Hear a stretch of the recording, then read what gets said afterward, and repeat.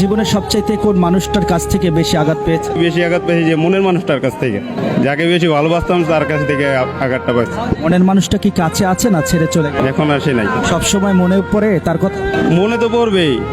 মানুষে 2 বছর 3 বছর প্রেম করার পর সেটা ব্রেকআপ হয়ে যায়, আর আমার ব্রেকআপ হয়েছিল 9 বছর রিলেশন করার পর ব্রেকআপ হয়ে গেছে। 9 বছরের ভিতরে আমি ওই মেয়ের হাতটা পর্যন্ত আমি ছুঁয়ে দেখিনি, কারণ আমার বিশ্বাস ছিল যে ওরে আমি পাবো, কিন্তু ওরে পাইনি।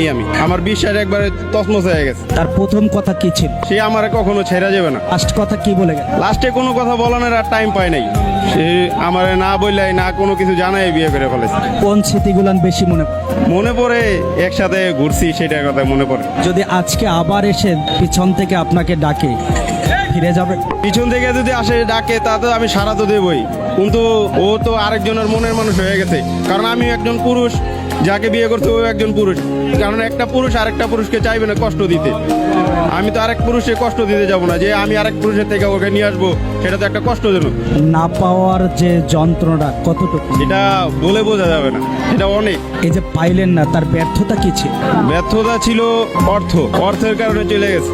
আমার অর্থ ছিল না, টাকা পয়সা ছিল না। এখনকার বর্তমান যুগে এটা টাকা পয়সা না থাকলে কোনো মেয়ে কেন? মেয়ে মানুষগুলান কি স্বার্থপর হয়? সবাই তো আর স্বার্থপর হয় না, 98%ই স্বার্থপর হয়, আর 2% ধরতে গেলে একটু ভালো হয়। আজকে এই প্রিয় মানুষটার জন্য আমাদের মাধ্যমে কি বলতে চাই? যেইখানেই থাক সুখে থাক, কেন ভাই কেন ও সুখে থাক, আমি এইটাই চাই।